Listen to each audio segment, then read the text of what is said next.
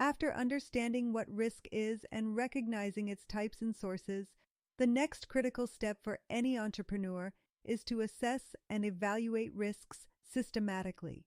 Risk assessment isn't just about identifying what can go wrong, it involves quantifying the potential impacts, estimating the likelihood, and determining how to respond or prioritize them. This module introduces learners to the principles, tools, models, and frameworks necessary to assess business risks in a structured and intelligent way.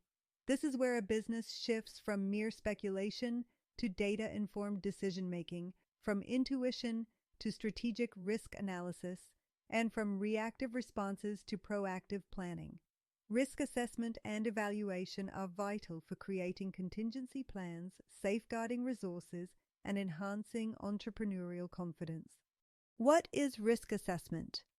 Risk assessment is the systematic process of identifying, analyzing, and evaluating potential risks that could hinder business objectives or performance. It is a proactive function aiming to highlight vulnerabilities before they materialize into crises. Risk assessment typically answers the following. 1. What could go wrong? 2. What is the likelihood of it happening? 3. What would be the impact if it occurred? 4. What can we do to reduce the likelihood or mitigate the impact? The risk assessment process. 5 key stages. Stage 1. Identify the risks. Use brainstorming, interviews, PSTEL, SWOT, or business process reviews to uncover potential internal and external risks. Stage 2. Analyze the risks. Determine likelihood probability. How likely is the risk to occur? Impact, consequence. What would be the severity of the effect if it happens? Stage 3. Evaluate the risks. Compare risk levels to risk appetite and prioritize them. Decide which risks are acceptable, which need mitigation, and which must be avoided. Stage 4. Treat or respond to the risks plan actions to eliminate, reduce, share, or accept risks, known as the TERRA model. Treat, avoid, reduce, accept. Stage 5. Monitor and review risk environments change. Continue to monitor known risks and scan for new ones. Update risk registers, response plans, and controls. Qualitative versus quantitative risk assessment. Qualitative risk assessment uses subjective scales, e.g., high, medium, low, based on expert judgment. It's useful for quick or early stage evaluations. Quantitative risk assessment, on the other hand, uses numbers and data to compute actual risk metrics, e.g., dollar losses, probability scores. Methods include expected monetary value, EMV, Monte Carlo simulation, or decision tree analysis.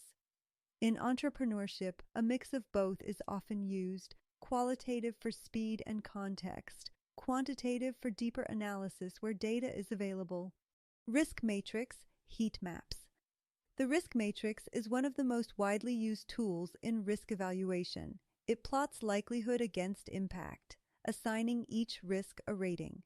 The result helps in prioritizing risks visually.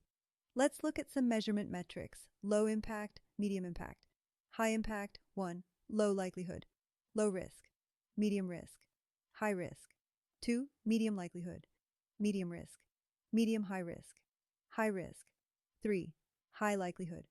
High risk. Very high risk. Critical risk. Note this. Green equals acceptable risk. Yellow equals caution control needed. Red equals high priority mitigation required. Risk register.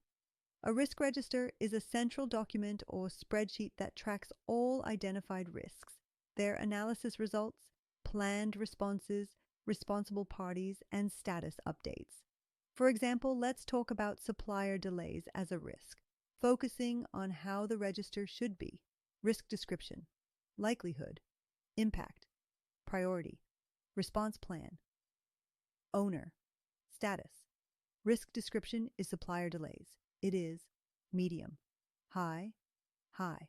Diversify suppliers, ops MGR, and open. Common risk assessment tools. 1. SWOT analysis, identifies internal strengths and weaknesses, external opportunities and threats. 2.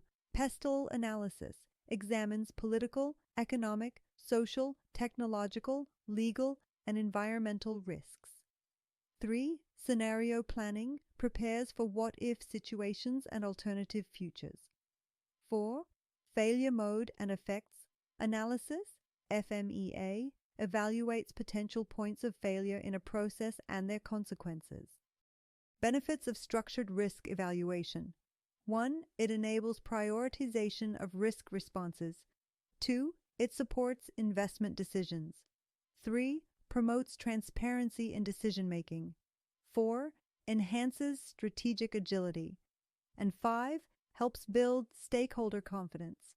Entrepreneurs who conduct proper risk evaluation tend to make bolder yet safer choices. In conclusion, risk assessment is not about avoiding all risks. It's about knowing where the landmines are and deciding how to step, jump, or detour around them. A successful entrepreneur must think like a chess player, planning multiple moves ahead, anticipating threats, and strategizing with clarity.